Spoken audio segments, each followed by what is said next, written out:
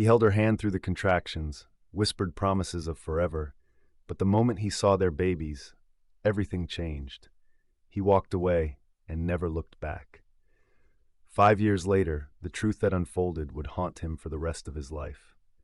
Before we dive deeper into this emotional story, let us know in the comments where you're watching from. And if this kind of story speaks to you, don't forget to hit that subscribe button. Jayla had a gentle soul, the kind of woman who spoke with her eyes more than her voice. She was soft-spoken, deeply nurturing, and had a quiet strength that didn't ask for attention, but deserved it. She loved rainy mornings, cooking barefoot in the kitchen and humming lullabies she hoped to someday sing to a child. She had been married to Damien for 3 years. He was everything she once prayed for. Tall, confident, a strong jaw, a deeper voice, the kind that filled a room without saying much. He walked with purpose and carried himself like a man who had the world figured out. But there was one thing they didn't have figured out. They couldn't have a baby. 3 long years of trying. It started with hope. Then it turned into anxiety, then frustration, then silence. Jayla had memorized the dates on the calendar, the window she was most fertile. She drank herbal teas, took supplements, prayed in the shower when the water drowned her sobs. Every month that came and went without 2 pink lines felt like a personal failure. Sometimes she'd just sit in the dark, staring at her hands, wondering why they felt so empty. "Maybe my body wasn't made for this," she whispered one night, not looking at Damien as she said it. He reached over, brushed her hair from her face. "You're perfect. Don't blame yourself." But Jayla could feel it. His reassurance was shrinking. His touches were fewer. His eyes didn't linger as long. Something was changing in him, slowly, quietly. Damien started coming home later. He said work was more demanding, but Jayla noticed. He didn't ask about her day anymore. He didn't mention baby names. He didn't say when we have a child the way he used to. There were nights he rolled away from her in bed, and still, she loved him. She never stopped hoping. They kept going to doctors, specialists, blood tests, scans, all pointing to unexplained infertility. Nothing seemed to be wrong, yet nothing was happening. Jayla's friends began having their 2nd and 3rd kids. Baby showers started to sting. Social media became a minefield of pregnancy announcements and gender reveals. She started pulling away from friends, from life. Until one rainy Tuesday morning, everything changed. Jayla was sitting on the bathroom floor. She had taken a test out of routine, expecting nothing. But this time, 2 pink lines stared back at her. She blinked, then screamed. Damien ran in, thinking something was wrong.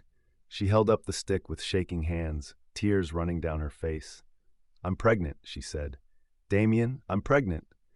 For a moment, he said nothing, just stared at the test like it was a trick. Then his face cracked into the biggest smile she had seen in years. He picked her up, spun her around. They laughed like they hadn't in ages, held each other like the world had just given them a second chance. The next few weeks were a blur of happiness. Then came the ultrasound. Twins. Jayla gasped, covered her mouth. Damien was speechless. He sat back in the chair, blinking hard. "We prayed for one," he finally said. "God gave us 2. From that day forward, everything was about preparing. They repainted the 2nd bedroom, bought 2 cribs, started arguing over names in the most loving way. "Micah and Miles," Jayla said one night, lying on the couch with swollen feet. Damien raised an eyebrow. "That's too matchy-matchy." She grinned. "I like the way it sounds." He shrugged. "All right, but if we have girls, I'm picking the names." Jayla laughed. "Deal." Every night she wrote in a small journal, letters to her unborn twins, sometimes 1 page, sometimes 10. Pregnancy wasn't easy for her. She had morning sickness that lasted till evening. Her back hurt. Her cravings were strange. But she never complained. She was glowing. And Damien? He was present, more than before. He talked to her belly, kissed it goodnight, put his hands on her stomach every time the babies kicked. They felt like a real family already. Jayla started taking weekly pictures of her bump. She created a private album just for her and Damien. "This is our journey," she told him. Sometimes he'd smile. Sometimes he'd just nod. There were moments he looked distant, like something was on his mind. But Jayla thought maybe he was just scared. First-time dads get nervous. That's normal. They had everything ready. 2 car seats, a double stroller, matching onesies that said Mama's Twins. Jayla was exactly 36 weeks when her water broke. It happened at 3:12 a.m. She clutched her belly and called out for Damien. He jumped out of bed in a panic. "Is it time?" She nodded, gritting through the pain. "It's time." They rushed to the hospital. The contractions were strong. Jayla could barely speak. Damien held her hand the whole time. Whispered to her through gritted teeth, "You've got this. I'm here. I'm not going anywhere." She believed him. She wanted to believe him more than anything else in the world. But just a few hours later, everything would fall apart, and life would never be the same again. The delivery room was a blur of movement, beeping machines, rushing nurses, and sharp, blinding lights. Jayla clutched Damien's hand with everything she had. Her body trembled. Her face was soaked in sweat. Pain shot through her like lightning, and all she could hear was the doctor's voice telling her to push. "Come on, Jayla, just one more." Damien leaned closer, whispering into her ear, "Breathe, baby. I'm right here. I'm not going anywhere." She squeezed his hand so hard her fingers shook. Then came the first cry, a piercing newborn cry that cut through the room like a knife. The doctor lifted the baby up. The nurses gasped, barely, but enough for someone to notice. Jayla, struggling to catch her breath, turned her head slowly. The baby had pale skin, almost translucent, tiny but very clearly white, wisps of blonde hair already visible, eyes that opened to an icy blue. The doctor didn't say anything, but the way he glanced at the nurse, it was clear something was off. Before Jayla could speak, another contraction hit. She screamed again. The second twin was born minutes later, also pale, also white, blonde, blue-eyed. Another cry filled the room, but this one was softer, more delicate. Jayla tried to focus her vision, tried to stay conscious. Her head felt light, her body weak. But even through the haze, she saw something that chilled her more than the cold in the air. Damien had let go of her hand. He had stepped back. His mouth hung slightly open. His chest was rising and falling like he couldn't catch his breath. His eyes were wide and locked on the baby's. "What the hell is this?" he said. His voice didn't sound like his. It sounded like someone else had taken over his body. "Damien?" Jayla mumbled, barely able to lift her head. But he wasn't listening. "These are not mine," he said, louder now. "I'm not stupid. You expect me to believe these are my kids?"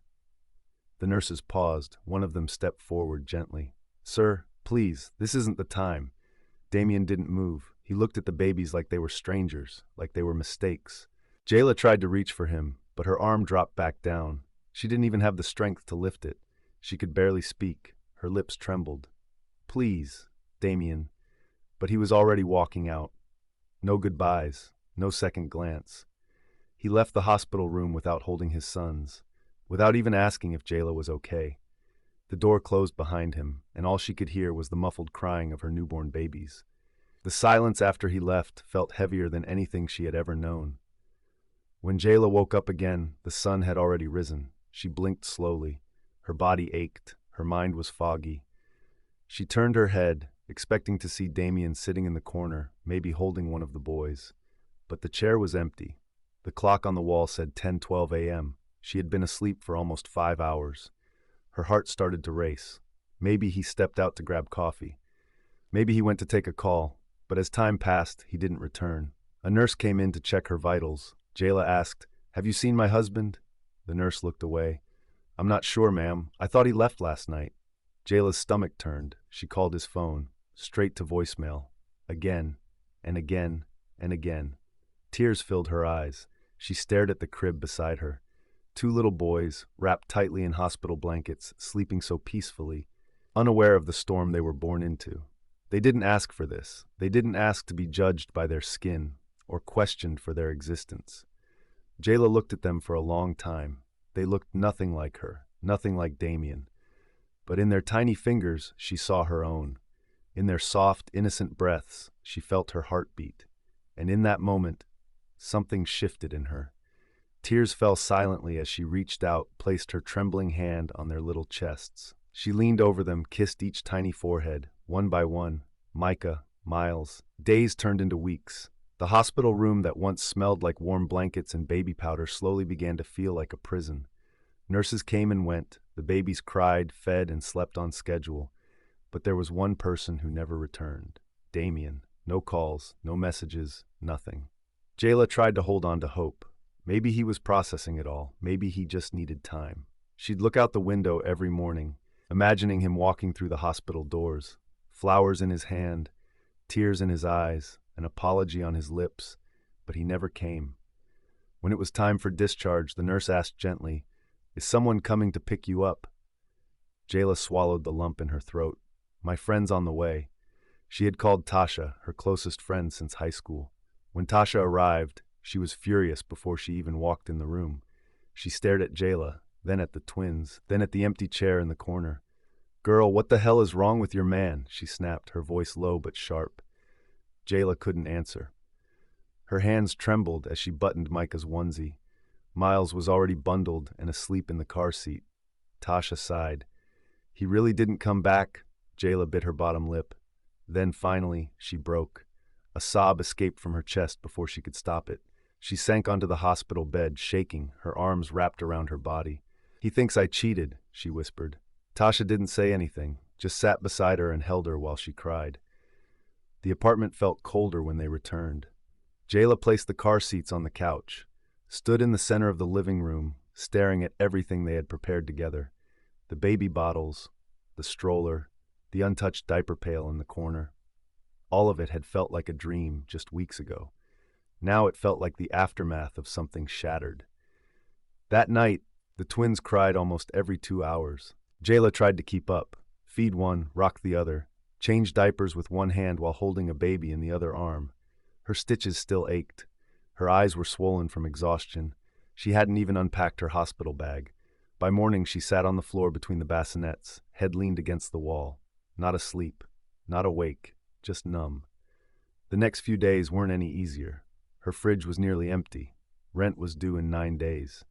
The envelope sat on the kitchen counter like a ticking bomb. She checked her bank app every day, hoping maybe Damien had sent something. Even a small transfer, just enough to get them through the week. Nothing, not even a message. She sent him a long text, then deleted it, then typed it again. In the end, she wrote him a letter instead. It was short, simple, but it carried the weight of everything she was feeling. "Even if you never loved me, I thought you'd at least love them. I don't know what you saw in their faces that made you walk away, but I see perfection. I see my boys, and I'll raise them with or without you. Goodbye." She left it folded on the kitchen table. She knew he might never see it, but she needed to say it. Jayla started searching for work a week later. Her body still ached. Her nights were sleepless, but she had mouths to feed now, 2 of them, and they didn't care about her broken heart. She found a part-time job at a nearby diner. Late night shift, low pay, but it was something. She placed the twins in a local daycare during her work hours. It wasn't fancy, just a small building run by an elderly woman named Miss Gloria, who barely charged anything because she said, "God will bless me in other ways." Jayla thanked her every single day. Every evening, she took the bus straight to the diner, wore the same black sneakers and faded apron, took orders with a fake smile, balanced hot plates with shaking arms. Sometimes customers left big tips. Most times they didn't. Her coworkers talked behind her back, whispered about how tired she looked, how her clothes always smelled faintly of baby formula. One night, she overheard someone say, maybe if she picked the right man, she wouldn't be working like this. Jayla didn't respond. She just went into the storage closet, closed the door, and cried quietly for 5 minutes. Then wiped her face and went back to serving tables. There were nights she fell asleep on the bus, missed her stop, had to walk 6 extra blocks in the dark. There were mornings she'd arrive at daycare with her hair in a messy bun, clothes wrinkled, eyes red from crying. But every time she looked at her boys, everything in her wanted to keep going. One night, after tucking them into their crib, she whispered as she turned off the light, "One day, I'll rise." And she meant it, even if no one believed in her. Even if Damien never looked back. Even if the whole world saw her as just another struggling single mother. She had a fire in her chest now, a quiet flame, and it refused to go out. It was a Sunday afternoon. The sky was soft and blue, and a light breeze danced through the trees. Jayla had taken the twins to the park, just to feel something that didn't smell like milk or cleaning wipes. She laid out a faded blanket on the grass beneath a tree, cradled one of the boys as the other kicked softly beside her. They were getting bigger now, a little more expressive, a little louder, a little more like her. Jayla fed them one after the other. Her hands moved on instinct, but her mind drifted, wondering how she'd pay for next month's rent, how long the daycare would hold her spot if she missed another payment, how to explain to two growing boys why their father never came back. She leaned her head back against the bark of the tree, closed her eyes, just for a second. Then, a soft fluttering sound. Something landed beside her. It was a page from a magazine, torn, slightly crumpled, probably blown over by the wind. She picked it up, almost carelessly, until she saw what was on it. 10 Black-owned clothing brands revolutionizing baby fashion. There, printed across glossy paper, were images of soft linen rompers, custom bibs, matching sibling sets. Behind each product, a story, a mother, a journey. Jayla stared at it, and for the first time in months, she felt something stir inside her that wasn't pain. It was a whisper. What if I started something for moms like me? That night, after the boys were asleep, she went to her tiny kitchen table and pulled out a notebook, the same one she used to journal during her pregnancy. It still had a few empty pages left. She started sketching. Rough lines, basic shapes, nothing perfect, but it was hers. She sketched onesies with empowering quotes, bibs with names embroidered across the edges, matching sets for twins with subtle messages of strength and joy. She didn't know how to start a business, but she knew how to survive, and she was going to figure out the rest. Jayla borrowed a second-hand sewing machine from Miss Gloria at the daycare. It was old, a little noisy, but it worked. After her diner shifts, when the twins were finally down for the night, she'd pull it out, sit on the floor with piles of fabric and thread, and sew until her fingers ached. She made 5 pieces in her first week. She took photos with her phone, laid the baby clothes on a clean white sheet, soft lighting from a window, no filters. She created an anonymous Instagram page, Mommy by Design. She didn't want anyone to know it was her, especially not her coworkers at the diner. She just wanted a space where other mothers, broken like her but determined, could see beauty again. At first she posted once a week, then daily. She wrote little captions under each photo. Made this while my twins slept beside me. For the moms doing it alone, you're stronger than you know. At first, it was just a few likes, a handful of followers. But then one night, a single post went semi-viral. A twin set that said, "Born together, raised by a warrior." Her inbox exploded. Messages from mothers, from doulas, from women who had never even had children, but just needed something that felt real. Within a week, she had 10 orders. Jayla stayed up for 48 hours straight, sewing, folding, packaging, handwriting little notes with each delivery. She didn't care about sleep. She finally had purpose again. Tasha was the first person she told. They met at a coffee shop on her day off. Jayla showed her the Instagram page. Tasha scrolled, eyes wide. "Wait, this is you?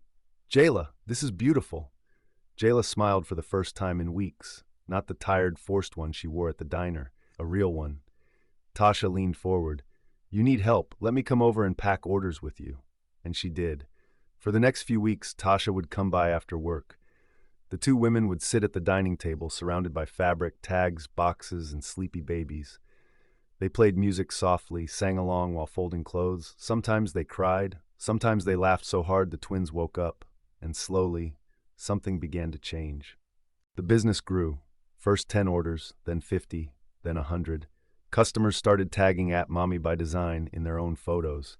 Reviews poured in. More requests, more sizes, wholesale inquiries. Jayla couldn't keep up. She made a decision that scared her. She quit the diner.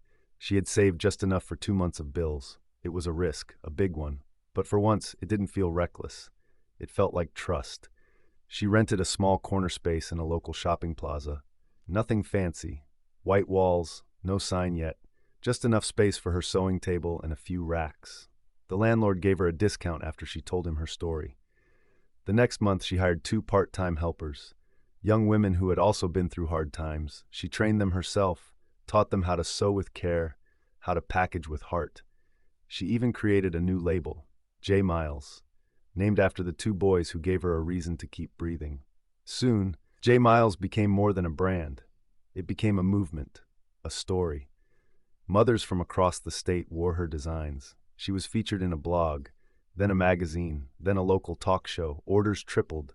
She expanded the space, got a business mentor, started shipping across the country, and for the first time in years, Jayla didn't cry herself to sleep. She no longer whispered promises to the darkness. She stood in the light of her own making. But just as she started to feel safe again, a knock at the door would remind her that some chapters never truly stay closed. 5 years had passed. Jayla was no longer the woman who cried herself to sleep beside a crib she once built with a man who never came back. She was different now. Her skin glowed, her voice had found its strength again. The pain in her eyes had softened, but it never fully disappeared. J. Miles was now one of the fastest-growing baby brands on the West Coast. Her logo had been featured on billboards. Her story had been told in women's magazines and podcasts. She owned her home now, a beautiful 2-story with a wraparound porch and sunflower pots by the front door.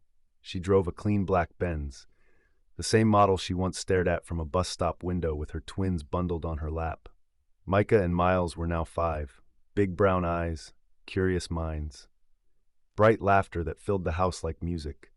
They looked nothing like her, and yet everything about them was hers. They called her Queen Mommy. She called them her reason. On most days, life felt like a second chance, but on one quiet afternoon, everything shifted again. It was a Tuesday. The sky was pale. The house smelled like warm vanilla from the candle burning in the entryway. Jayla was in the kitchen, folding tiny sweaters into gift boxes for a new shipment. Miles was upstairs playing with his toy dinosaurs. Micah was drawing in the living room. A soft knock broke the silence. It was gentle, almost hesitant. Jayla paused. She wasn't expecting anyone. She glanced at the clock, 3:27 p.m. She walked to the door slowly, her hands slightly damp from the packaging tape. When she opened it, the air in her lungs vanished. There he was, Damien, standing on her porch, thinner than she remembered, hair uneven, eyes hollowed out like he hadn't slept right in months. His jeans were worn, his shirt hung loosely off his frame, and his voice, barely audible, broke through the stillness. Jayla, she didn't speak, didn't move. Her heart pounded so hard she could feel it in her ears. "What are you doing here?" she asked, her voice trembling. Damien looked at the ground, then back up at her. There was something unfamiliar in his face. Not anger, not pride, something lost. "I need to talk," he said. "Can I see my kids?" Jayla's breath hitched. She blinked, fighting the sting behind her eyes. "Your kids?" she repeated, almost laughing, but there was no humor in it. "You mean the kids you walked away from? The ones you never even held?" He didn't answer. She stepped outside, closing the door halfway behind her, her arms crossed over her chest, more for protection than anything else. "You left me, Damien, in a hospital bed, barely able to breathe, with 2 newborns and a broken heart." "I was hurt," he said quietly. "I thought you cheated. I didn't know how to process it." Jayla shook her head slowly, the tears already sliding down her cheeks. "You didn't know how to process it?" she whispered.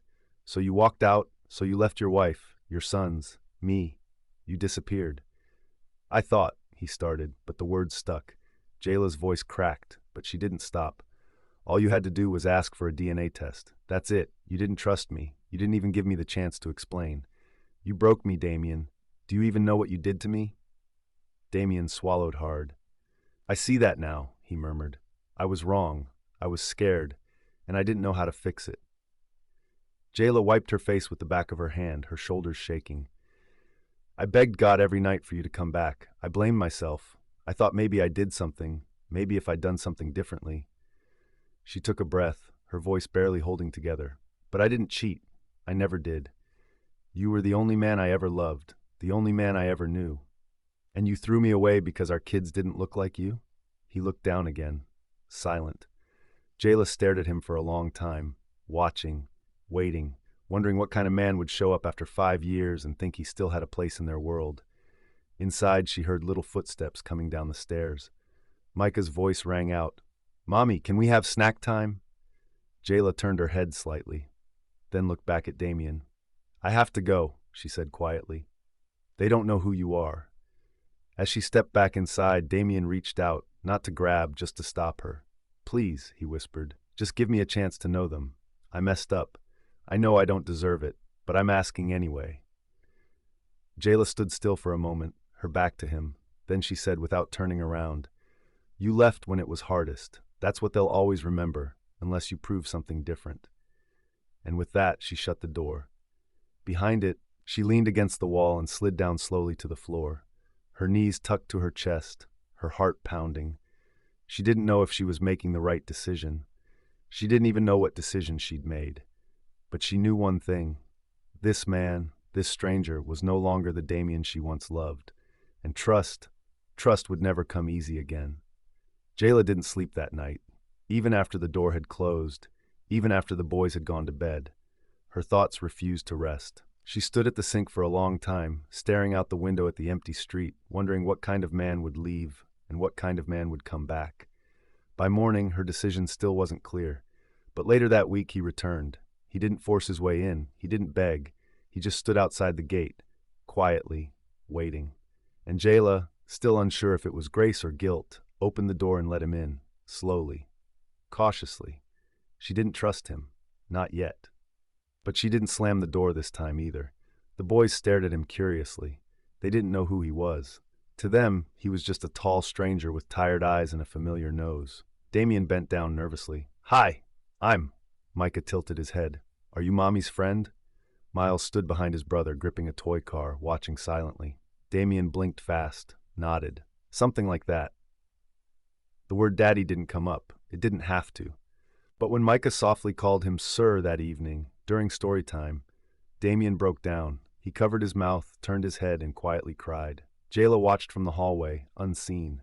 Her heart twisted, part pain, part anger, part confusion. Over the next few weeks, Damien started showing up more. He picked the boys up from daycare when Jayla had meetings, helped them with their puzzles, sat with them during cartoons. He even began offering help with the business. At first, it was small things. Organizing inventory, printing shipping labels, cleaning up the workspace after orders went out. Jayla didn't let him touch the financials. Not yet. But slowly he crept into her daily rhythm again. He cooked dinner once, picked up groceries, said goodnight to the twins like he had never missed a single bedtime in 5 years. Sometimes Jayla sat up at night wondering if maybe, just maybe, people could change. But then things started to feel off. At first, it was small. A whisper behind a closed door late at night. Damien talking on the phone in the kitchen with his back to her, voice lowered to a hushed tone. When she entered the room, he'd end the call too quickly. Then came the questions. He started asking about the company's earnings. Not out of curiosity, but precision. How much do you gross monthly? What account handles the wholesale orders? Do you keep a backup of your customer database? Jayla answered vaguely at first. She didn't want to seem paranoid. But one night, as she walked down the hallway after putting the twins to bed, she saw a glow under the guest room door. She gently pushed it open. Damien was sitting on the edge of the bed, his laptop open. On the screen, a banking site. He didn't see her at first. She stood there watching as he copied a string of numbers into a form. Then he noticed her. He flinched, slammed the laptop shut. "Oh, hey, I was just checking something for..." Jayla didn't answer. She just stared at him. Her stomach turned. Her skin felt cold. She walked away without saying a word. The next morning, she called Jonathan, her longtime business partner and one of the few people she trusted completely. They met at the warehouse, away from the house. Jayla explained everything, slowly, carefully. Jonathan didn't say anything for a long time. Then he leaned forward, elbows on the table, and said quietly, "Jay, something's not right." Jayla nodded. "I wanted to believe he changed." Jonathan looked her straight in the eyes. "Sometimes people come back to heal, but sometimes they come back to finish what they started." Jayla swallowed. Jonathan reached for his phone. "I have a friend in the FBI," he said. "Discreet, off the books. He can look into this. No one needs to know, not even him." Jayla hesitated, then whispered, "Do it." Because deep down, some part of her already knew. A week passed. Jayla didn't mention the investigation to Damien. She moved around him like a ghost, watchful, silent, patient. She still smiled when the twins were watching, still packed their lunch, still tucked them in, still kissed their cheeks and whispered bedtime prayers. But something inside her had gone cold. The truth was circling. She could feel it, like a storm gathering above her house. And then, it came. Jonathan met her outside the office. His face told her everything before his mouth even opened. "He's not who you think he is," he said quietly. Jayla leaned back against the hood of her car, arms crossed, bracing herself. Jonathan glanced around, then handed her a folder. Inside were printouts, bank transactions, names, dates, photos. Jayla's fingers trembled as she flipped through them. Damien had been stealing from her business, small amounts at first, then larger transfers disguised as vendor payments. He had created fake supplier names, fake invoices. He had slowly and methodically siphoned money into a private account under a different name. But that wasn't the worst part. He had a second life, a woman in Texas, a young child, a little boy. His name was Eli. Jayla stared at the photo. Damien, smiling, holding the child, his arm around the woman. They looked like a family, like hers, but real. The world tilted. Jayla sat in her car for almost an hour after Jonathan left. She couldn't breathe, couldn't blink. It wasn't just the betrayal. It was the realization that the man she once built a life with had come back to finish tearing it apart. He didn't return for the twins. He didn't return for her. He came for the business, for what she built, for what he walked away from. And now, he wanted to steal that too. That evening, she came home as if nothing had changed. The twins were playing in the living room, laughing over puzzle pieces. Damien was in the kitchen, pretending to make tea. Jayla walked in slowly. He smiled when he saw her. Long day? She didn't answer. She walked past him, placed her keys gently on the counter, then turned around. Her voice was low, steady, but her eyes were burning. Who are you, Damien? He froze. Jayla, you came back just to steal from me. His smile disappeared. He lowered his head, leaned on the counter. I was broke, he said. I was desperate. I thought if I could just get back on my feet. So you took from me? I didn't plan to fall in love with them again, he whispered. I didn't plan to feel anything. Jayla shook her head, voice cracking. You have another child, a whole family. Damien said nothing. Jayla laughed, just once. It wasn't joyful. It was the kind of laugh people let out when their world collapses. I begged you to come back. I begged God for this. And you were building another life. He looked up. It wasn't like that. Jayla took a step back. It was exactly like that. She reached for her phone, and without hesitation, she called the FBI contact. I'm ready, she said into the receiver. Within an hour, they arrived at the house. The agents knocked, calmly, professionally. Damien didn't resist, didn't yell, just stared at Jayla as they cuffed his wrists. She stood at the top of the stairs, silent, unmoving. The twins peeked from behind the hallway wall. Micah whispered, Mommy, what's happening? Jayla turned to them, her eyes glassy. She knelt on the floor and opened her arms. Both boys ran into her chest. She held them tightly, like she never wanted to let go again. It's okay, she whispered, her voice shaking. Mommy's here. I'm not going anywhere. And this time, she meant it more than ever. Months passed. The seasons turned quietly, and so did Jayla's life.